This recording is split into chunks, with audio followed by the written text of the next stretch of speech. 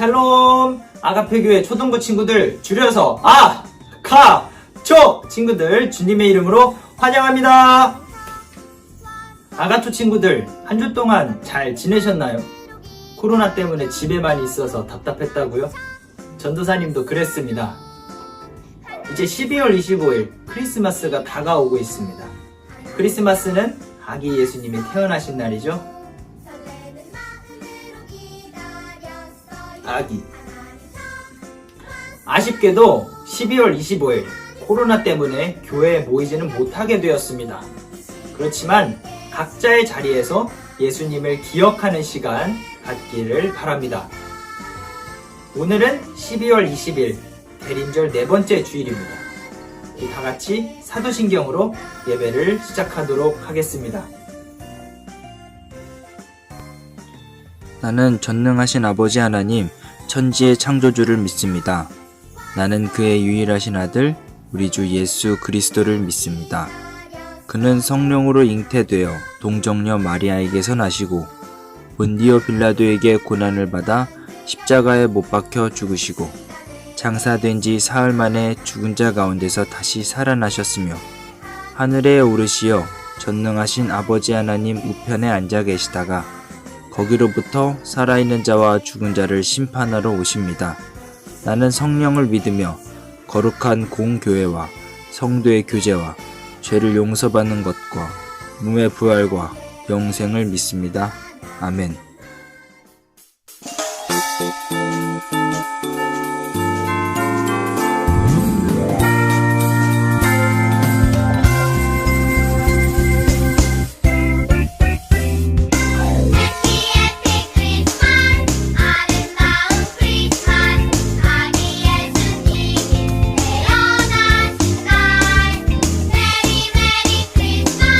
기다려요 크리스마스 찬양 소리 크게 울려 퍼지네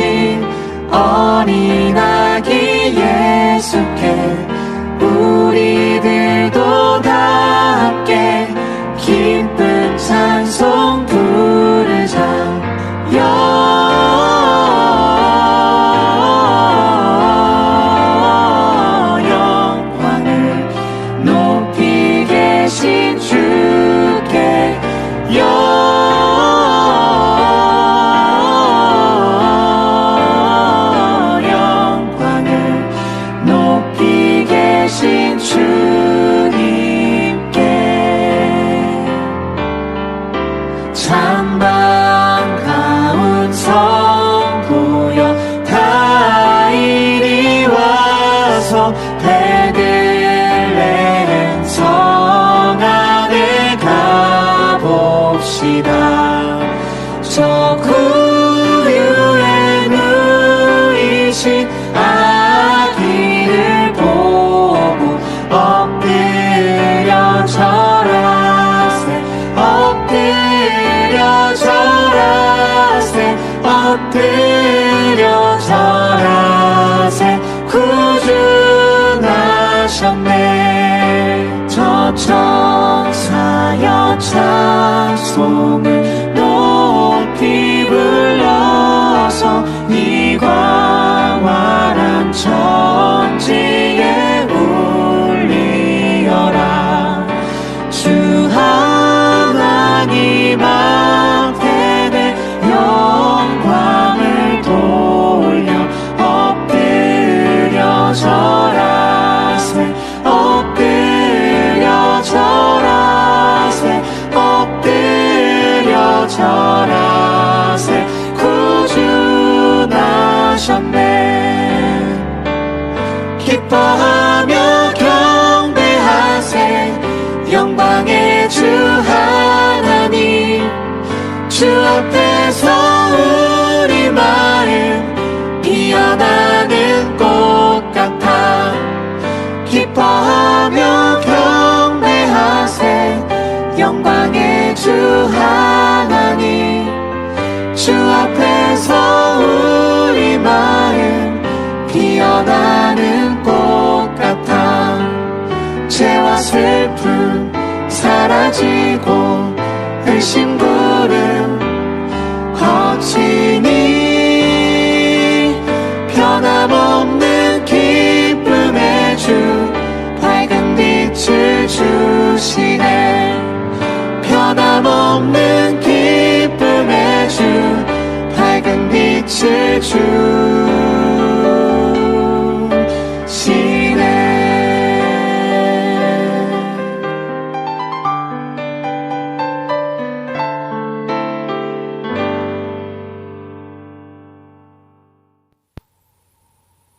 오늘 말씀은 베드로전서 4장 12절에서 19절입니다. 아가초 친구들 모두 전도사님과 함께 화면에 있는 말씀을 한 절 한 절 봉독하도록 하겠습니다. 시작. 사랑하는 자들아, 너희를 연단하려고 오는 불시험을 이상한 일 당하는 것 같이 이상히 여기지 말고 오직 너희가 그리스도의 고난에 참여하는 것으로 즐거워하라. 이는 그의 영광을 나타내실 때에 너희로 즐거워하고 기뻐하게 하려 함이라. 너희가 그리스도의 이름으로 치욕을 당하면 복 있는 자로다. 영광의 영, 곧 하나님의 영이 너희 위에 계심이라. 너희 중에 누구든지 살인이나 도적질이나 악행이나 남의 일을 간섭하는 자로 고난을 받지 말려니와 만일 그리스도인으로 고난을 받은 즉 부끄러워하지 말고 도리어 그 이름으로 하나님께 영광을 돌리라. 하나님 집에서 심판을 시작할 때가 되었나니 만일 우리에게 먼저 하면 하나님의 복음을 순종하지 아니하는 자들의 그 마지막이 어떠하며 또 의인이 겨우 구원을 받으면 경건하지 아니한 자와 죄인이 어디에 서리요. 그러므로 하나님의 뜻대로 고난을 받는 자들은 또한 선을 행하는 가운데에 그 영혼을 미쁘신 창조주께 의탁할지어다. 아멘. 말씀을 시작하기 전에 옆에 있는 친구, 형제, 자매, 그리고 부모님께 사랑해요 라고 말하는 시간을 가져봤으면 좋겠습니다. 지금 말해보세요. 사랑해요? 너무 어색하나요? 부모님께는 할 수 있는데 옆에 있는 동생, 형, 오빠에게 사랑한다고 말하기는 어렵나요? 전도사님도 그렇습니다. 그래도 가끔 생각날 때마다 부모님이나 형제, 자매에게 사랑한다고 말하는 아가초 친구들이 되었으면 좋겠습니다. 12절을 볼게요. 사랑하는 자들아 라고 시작합니다. 사랑하는 자들이 누굴까요? 베드로전서 1장 1절에 나와 있듯이 본도, 갈라디아, 갑바도기아, 아시아와 비두니아에 흩어진 나그네입니다. 나그네는 곧 택하심을 받은 자이고요. 예수님을 그리스도라 신앙 고백하는 그리스도인입니다. 베드로는 편지를 받는 그리스도인들에게 사랑하는 자들아 라고 말하고 있어요. 질문을 한번 해볼게요. 사랑이란 무엇이죠? 우리는 자주 사랑한다는 말을 씁니다. 그런데 사랑이란 무엇일까요?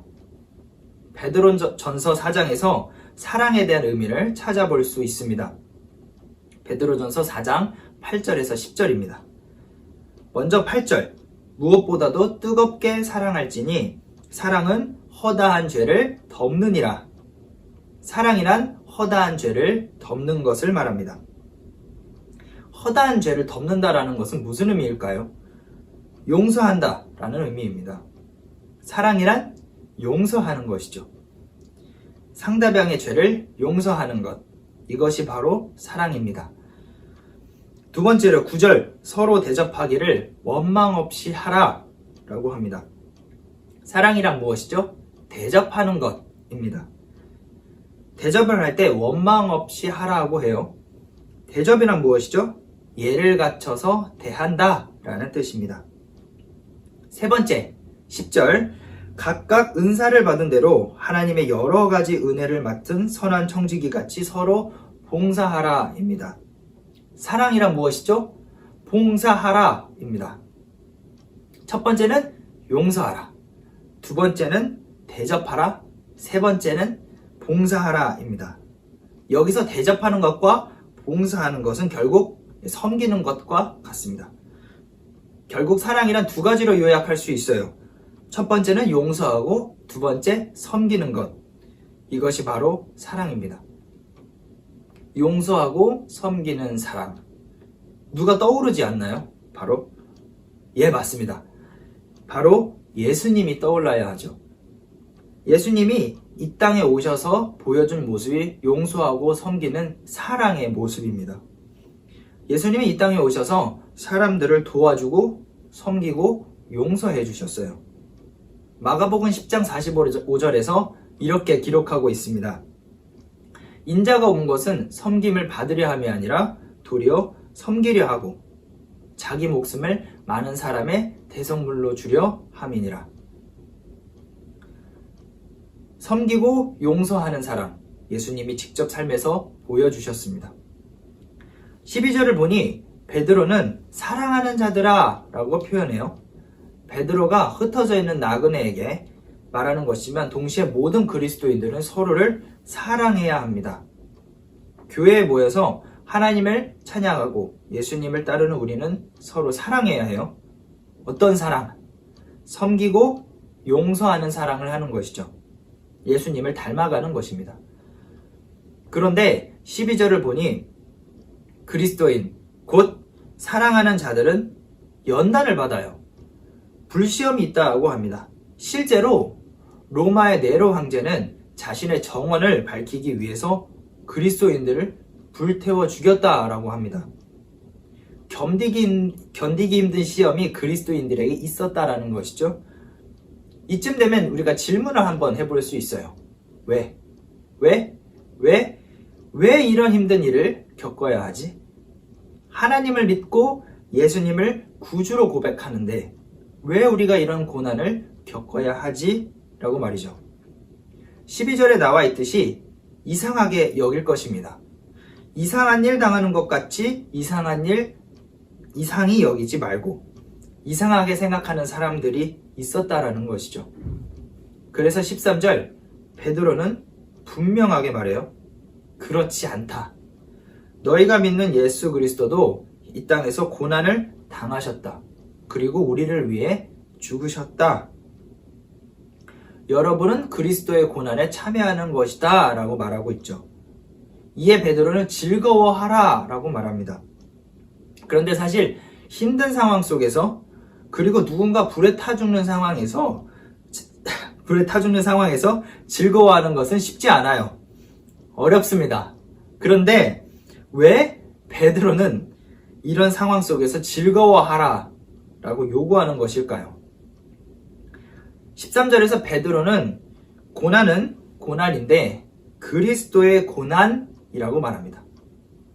예수의 고난이 아니라 그리스도의 고난입니다. 조금만 생각해보면 이상해요. 고난은 예수님이 당하셨습니다.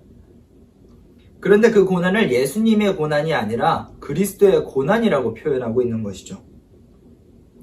전도사님이 저번에 그리스도란 무엇인지 말했습니다. 전도사님은 아가초 친구들이 이 그리스도란 무엇인지 기억하고 있으리라 믿어 의심치 않습니다. 한 번 더 반복할게요. 그리스도란 기름 부음 받은 자란 의미로서 결국 거룩하게 구별받은 사람이라는 의미입니다. 그렇다면 그리스도의 고난이라는 뜻은 하나님 앞에서 거룩하게 구별받은 사람으로서 참여하는 고난이라는 의미입니다. 즉 고난은 내가 하나님 앞에서 거룩하게 되었다라는 증거라는 것이죠. 그래서 베드로가 즐거워하라고 말하고 있는 거예요. 우리는 하나님께 인정받았다라는 표시인 것이죠. 13절에서 베드로는 이렇게 기록하고 있습니다. 그의 영광을 나타내실 때에 너희로 즐거워하고 기뻐하게 하려 함이라. 예수님이 다시 오셔서 그의 영광을 나타내실 때에 우리는 즐거워하고 기뻐하게 될 것이다. 베드로는 현재 힘들고 지쳐도 결국 하나님이 비교할 수 없는 기쁨과 즐거움으로 갚아주실 것이다 라고 확신해요. 그런데 베드로는 어떻게 이렇게 확신할 수 있을까요? 마태복음 1장 22절입니다. 요셉의 꿈에 천사가 나타나서 예수님의 탄생을 말해줘요. 이때 천사가 말합니다. 이 모든 일이 된 것은 주께서 선지자로 하신 말씀을 이루려 함이니라. 하나님은 어떤 분이시죠? 말씀하신 것을 이루시는 분입니다. 이사야 선지자가 활동하는 시기가 예수님이 태어나기 약 700년 전입니다. 그러니까 하나님은 700년 전에 하셨던 약속을 기억하시는 분이고 그것을 이루시는 분이죠. 700년이 되었든 1000년이 되었든 만년이 되었든 하나님은 약속을 기억하시고 이루십니다. 이를 향해 신실한 하나님이라고 말해요. 베드로는 이런 하나님이기 때문에 확신하고 그리스도인들에게 자신 있게 말할 수 있습니다. 하나님의 뜻대로 살면서 거룩하게 구별받은 우리는 결국 하나님이 기뻐하고 즐거워하게 하실 것이다 라고 말이죠. 14절을 볼게요. 베드로가 또 말해요. 너희가 그리스도의 이름으로 치욕을 당하면 복이 있다. 왜냐하면 하나님의 영이 너희 위에 있기 때문이다. 우리는 14절에서 두 가지를 끌어낼 수 있습니다. 첫 번째, 예수님을 유일한 구원자라 고백할 때 치욕을 당할 수 있습니다. 부끄러운 일이나 괴롭힘을 당할 수 있어요. 두 번째, 그 순간에도 하나님은 우리와 함께 계십니다. 베드로는 고난을 복이라고 말해요. 왜 그럴까요? 하나님이 우리와 함께 하시기 때문입니다. 예수님의 또 다른 이름은 임마누엘입니다. 임마누엘의 뜻은 무엇이죠? 이사야 7장 14절 하나님이 우리와 함께 계시다. 하나님은 우리와 항상 함께 하시는 분이에요. 하나님은 우리와 항상 함께 하시기 위해서 예수님을 이 땅에 보내주셨습니다. 고난의 순간에도 우리와 항상 함께 하십니다. 베드로는 그것을 알고 있었고 하나님과 함께하는 모든 순간은 복되다라고 말하고 있는 것이죠. 하나님은 우리의 슬픔과 고통을 같이 아파하고 계십니다. 아가초 친구들, 복이란 무엇일까요? 돈, 명예, 큰 집, 좋은 성적인가요? 복 맞습니다. 그러나 진정한 복은 하나님이 우리와 함께 하시는 것입니다. 항상 우리와 함께 하는 것. 이것이 진짜 복이에요. 이 복이 우리가 바라봐야 될 진정한 복입니다. 하나님이 함께 하신다면 그 자체만으로도 즐거울 수 있어요. 왜? 하나님이 우리와 함께 하시니까. 하나님 뜻대로 살다 보면 어려운 일이 있을 수 있어요. 예수님을 그리스도라 고백하고 예수님처럼 사랑하는 삶을 살다 보면 손해보는 일들을 겪을 수 있습니다. 그러나 그것은 복된 삶이에요. 예수님이 이 땅에 오신 이유, 예수님의 이름인 임마누엘에서 알 수 있듯이 하나님이 우리와 함께 하시기 위해서 예수님이 이 땅에 오셨어요. 예수님이 보여주신 모습은 용서하고 섬기는 사랑이죠. 예수님을 믿고 이 자리에 모여서 예수님을 닮아가는 아가초 친구들은 하나님이 항상 함께 하십니다. 이것을 꼭 믿으시길 바랍니다. 눈에 보이지 않아도 이것은 진리예요. 변하지 않고 앞으로도 변하지 않을 진리입니다. 19절에 아가초 친구들의 이름을 넣어서 마무리하면 좋겠습니다. 그러므로 하나님의 뜻대로 고난을 받는 임준택은, 하나님의 뜻대로 고난을 받는 아가초 친구들은 또한 선을 행하는 가운데 그 영혼을 미쁘신 창조주께 의탁할지어다. 아멘. 모든 것을 하나님께 맡기고 예수님처럼 사랑해서 하나님과 항상 함께하는 아가초 친구들 되시기를 간절히 바랍니다. 기도하시겠습니다. 할렐루야. 살아계신 하나님 아버지 감사합니다. 코로나로 인해 흩어진 자리에서 예배할 수 있게 해주심에 감사드립니다. 각자의 자리에서 예배의 의미를 잊지 않고 하나님을 기억할 수 있도록 도와주세요. 하나님, 예수님처럼 사랑하기를 원합니다. 서로를 용서하고 섬기는 아가페 교회 초동부 될 수 있도록 도와주세요. 하나님과 항상 함께하는 복된 삶을 누리기를 원합니다. 모든 것을 하나님께 맡기는 아가페 교회 초등부 친구들 되기를 원하며 예수 그리스도의 이름으로 기도드립니다. 아멘.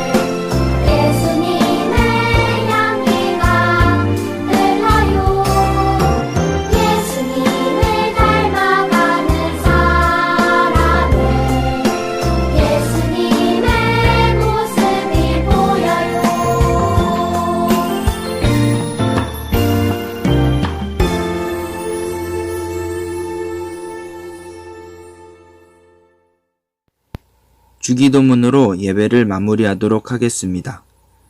하늘에 계신 우리 아버지, 아버지의 이름을 거룩하게 하시며 아버지의 나라가 오게 하시며 아버지의 뜻이 하늘에서와 같이 땅에서도 이루어지게 하소서. 오늘 우리에게 일용할 양식을 주시고 우리가 우리에게 잘못한 사람을 용서하여 준 것 같이 우리 죄를 용서하여 주시고 우리를 시험에 빠지지 않게 하시고 악에서 구하소서. 나라와 권능과 영광이 영원히 아버지의 것입니다. 아멘.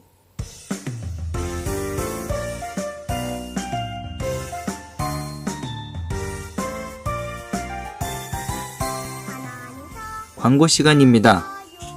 아가페 초등부 영상 예배에 나온 친구들을 사랑하고 환영합니다. 오늘은 대림절 네 번째 주일입니다. 다가오는 크리스마스를 기대하는 마음으로 준비해주세요. 예배드리는 인증샷을 보내주세요. 다음 주 예배 영상에 여러분의 모습을 담도록 하겠습니다. 여러분의 모습을 사진으로나마 보게 되어서 너무 좋습니다. 이상으로 2020년 12월 20일 아가페 교회 초등부 주일 예배를 마치도록 하겠습니다. 여러분과 하루빨리 교회에서 예배를 같이 드리고 싶습니다. 여러분, 주님의 이름으로 축복하고 사랑합니다.